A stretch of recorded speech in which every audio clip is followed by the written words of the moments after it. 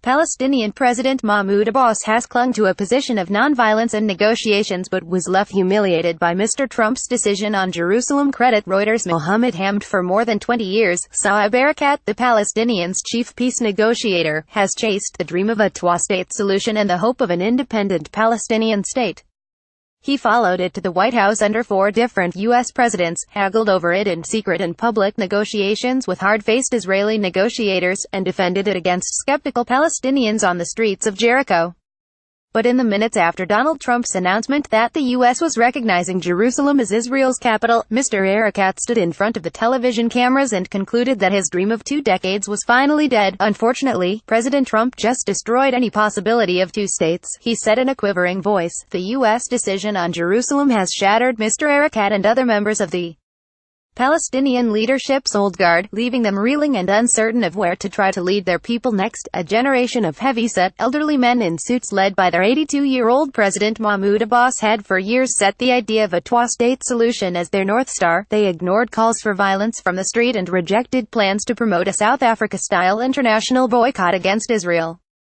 They clung to the belief that if they cooperated with the U.S. and stayed at the negotiating table, then one day the Americans would pressure Israel into allowing a Palestinian state with East Jerusalem as its capital.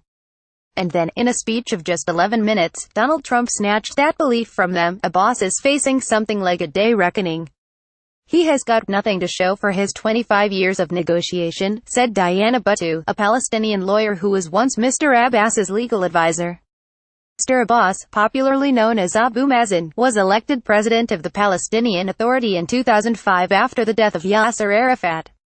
But he is a dour man who smokes heavily and has none of Arafat's flamboyant charisma. A Palestinian protester hurls a tear gas canister back towards Israeli troops during clashes after Mr. Trump's announcement. Credit Abbas Momani FBGT images. And while Arafat would skip back and forth between violence and peace talks, the gun and the olive branch, as he called it, Mr. Abbas is firmly wed to negotiations and has ordered his forces to cooperate with Israel's military rather than fight against them. The lack of any real progress in negotiations during his 12 years in power has left Mr. Abbas deeply unpopular. An opinion poll from September found that 67% of Palestinians want him to resign. The gulf between the leader and his people is especially wide, with the young, many of whom were born after Mr. Abbas helped negotiate the 1993 Oslo Accords but feel they have yet to see any benefit from them. Nasser, a 15-year-old boy in Bethlehem, sneered at the mention of Mr. Abbas' name. A few minutes earlier he had been throwing rocks at Israeli troops and running from their tear gas canisters, but had paused to eat a pastry and drink a small bottle of milk.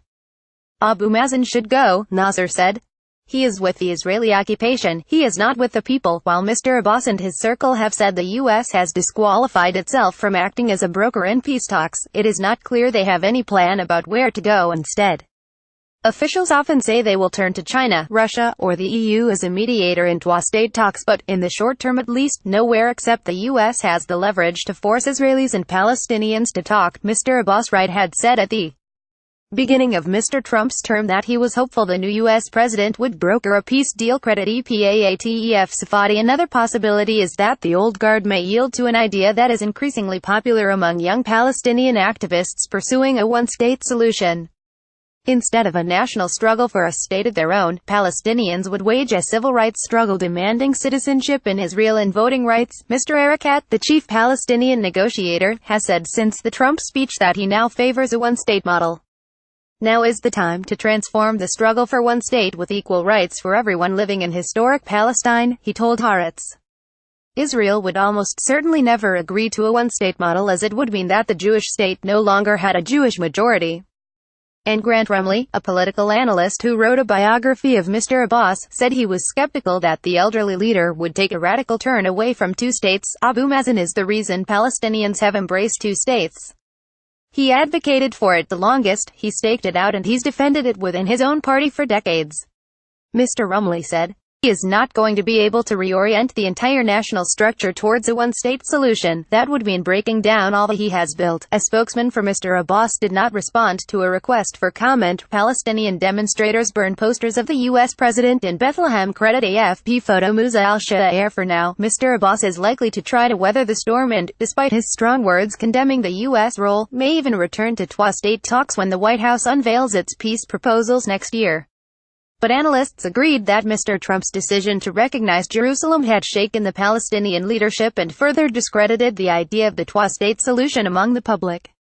A recent opinion poll found that 57% of Palestinians believed the idea was already impossible because of the expansion of Israeli settlements in the occupied West Bank. As a result, support for a one-state solution is likely to grow, especially among the young, and the next Palestinian leader will probably be more wary of embracing peace talks brokered by the U.S. The number of people supporting the idea of one state is growing even though there isn't a single political party advocating for it, said Ms. Buttu. The movement of people saying negotiations are over is also going to grow. Support for violent confrontation may also rise, a trend line closely led by Israel. Israel's leadership has complained bitterly that Mr. Abbas is not serious about peace talks and often drifts from the table at crucial moments rather than take hard decisions. But officials acknowledge that the old man, who probably has at most a few more years in power, has been committed to the idea of a two-state process rather than violence. The Palestinian leadership has stated thousands of times to their people that they will achieve their national goals without violence. This is another proof of the failure of their agenda, said Alon Aviator, a former Israeli military intelligence officer. I'm sure that the next leadership will be tougher and will take a harder line.